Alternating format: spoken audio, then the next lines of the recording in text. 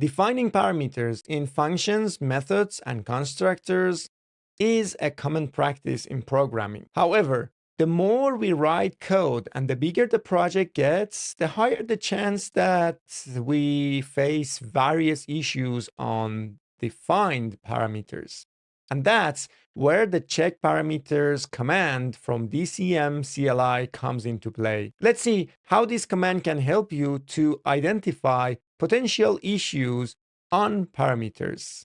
Here's my project. It's a simple Flutter application. It's a lib folder with several files and folders.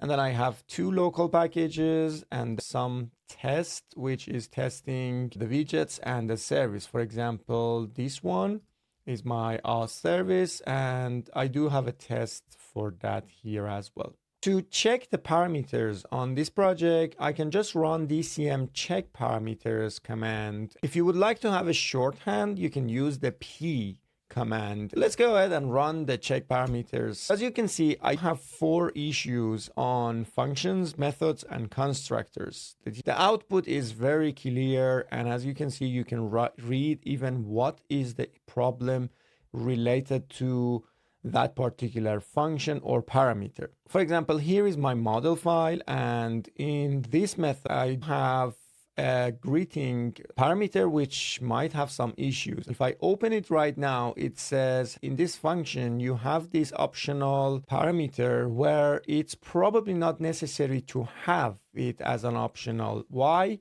Because if I get the reference, I use this only in one place and I always pass this. If I now go and actually repeat and remove this, and if I run again, you'll see that the problem is resolved. That means I use this in 2 different ways. DCM analyzer understand that once it's gonna be optional, another time might be that I want to pass this parameter. If I only have one reference and I'm just passing one value, that could be a potential problem. So because I'm always passing a value, this parameter does not need to be really an optional one. I can just remove this greeting right now, make this positional. And if I go back to my function, I can also make this positional. Beautiful. If I now run the command, you will see that the problem is resolved. Let me revert everything and check again, and you'll see that the problem is back. Maybe I want to exclude this file right now. I can do that in 2 different ways.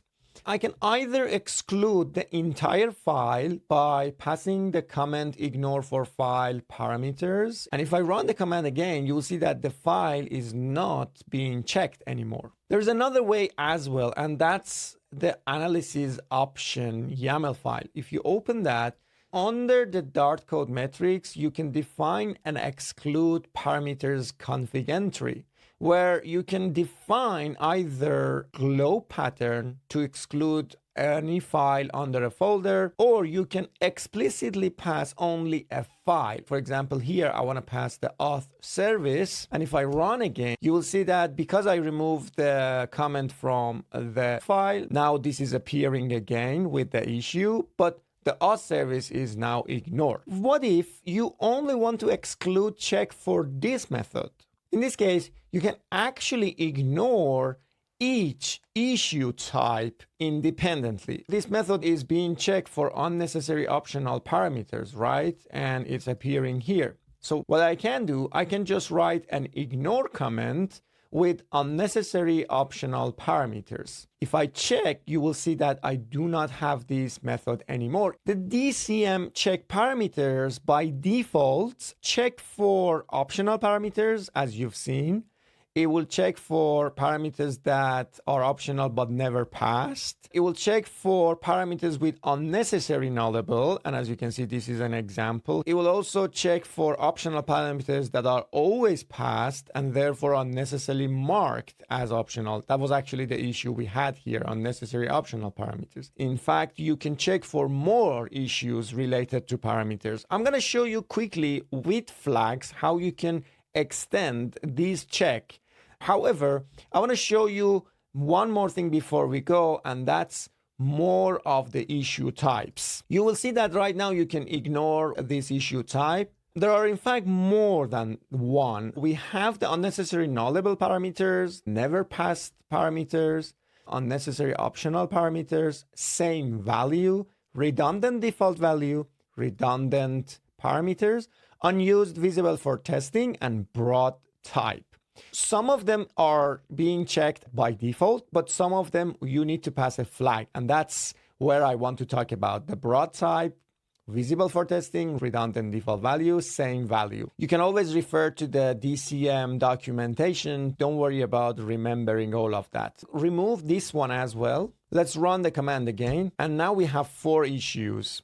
Beautiful. And let's see what else we can find here. Sometimes you define parameters that you will always pass one value to that parameters. And that's where same value flag comes into play. If you pass this right now, you will see that it found actually 4 or 5 more issues. And here is a couple of parameters with problems right now. For example, this one, greet user, and it says the greeting always gets the same value. Let's take a look.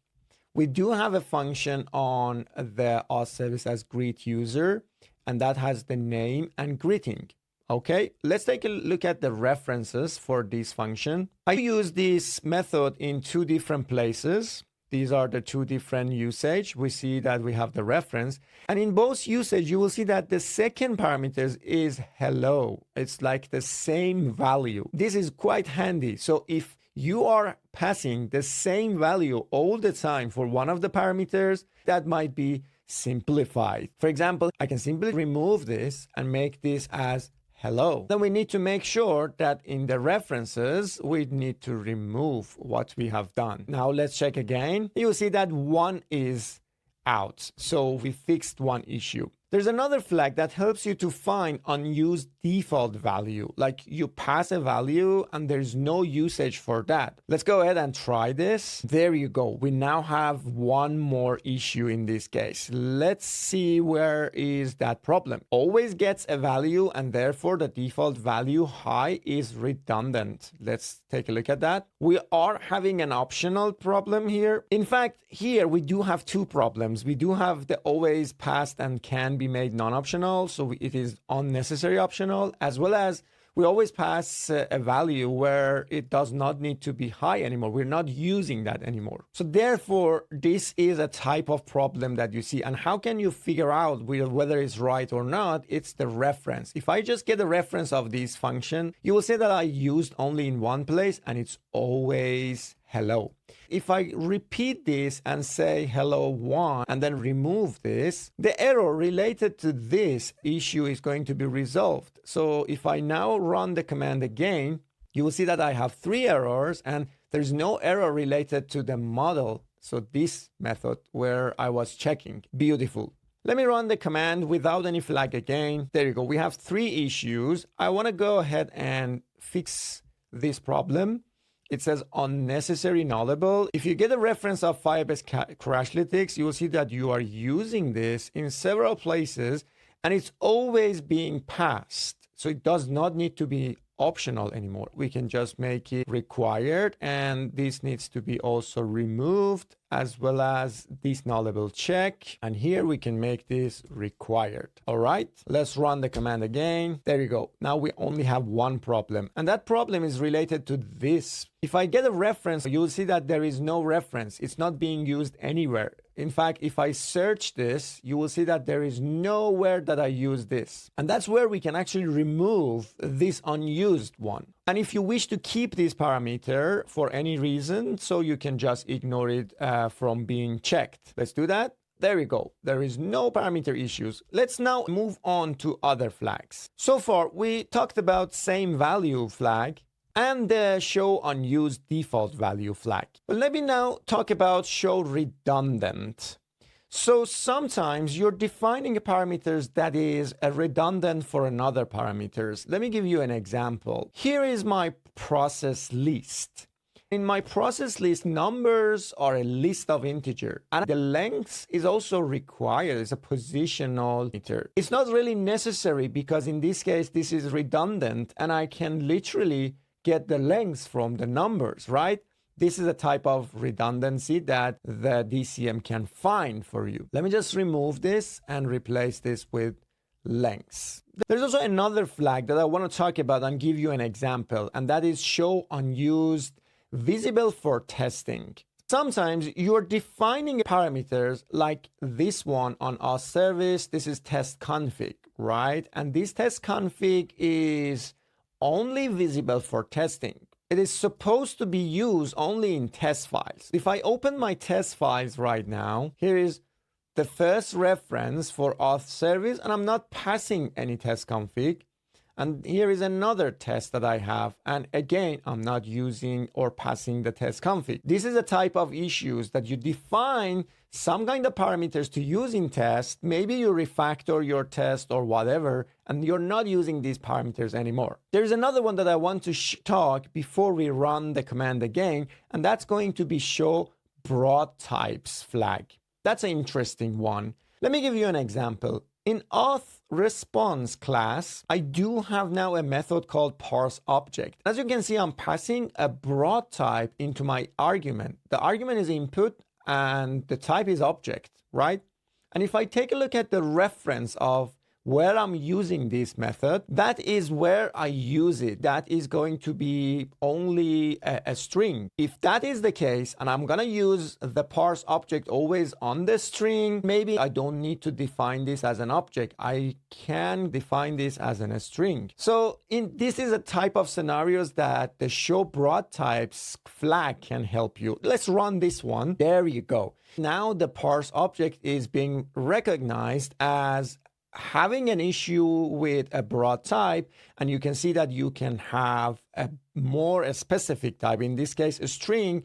It can be recognized automatically from the references that this method is used. So if I now go ahead and use this as a string and pass this flag, then you see there is no parameter issues found. All right, that's great. Let me just run without any flag again, and you'll see that I have no error. Let me just remove this comment. So I'm gonna make sure that we do have one at least error.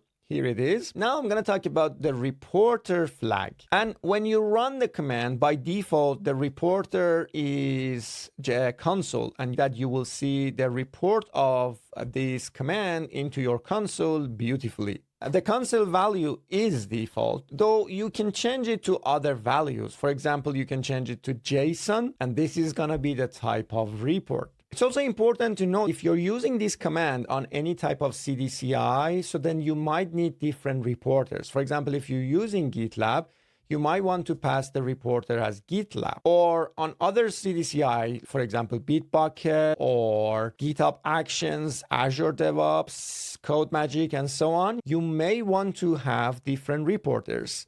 For example, Code Climate or Check Style or Sonar. It's up to you and which CDCI you're using and which of these reporter is supported on that CDCI. Now let's talk about exclude public API flag. This is quite important when you are building a package and you're using DCM for that. Here's my example. I have a package here, awesome. And if I open that, I do have this awesome file under the library, and that actually export the awesome base under SRC. This is exported and public. The animal.dart file has an animal class that is private and not exported directly. It's just used in the awesome one. By default, when you run check parameters command, it just check for all files.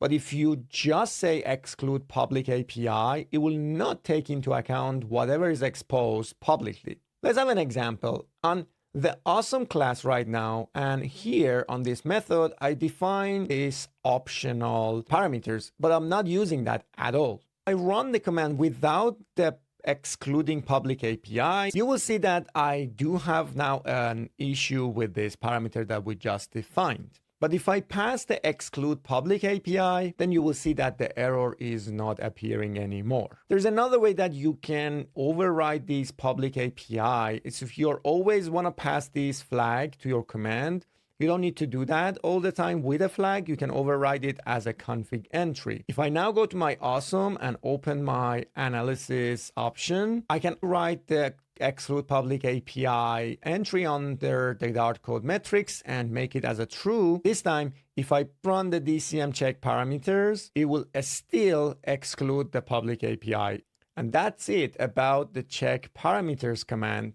For more information about this command, head over to dcm.dev.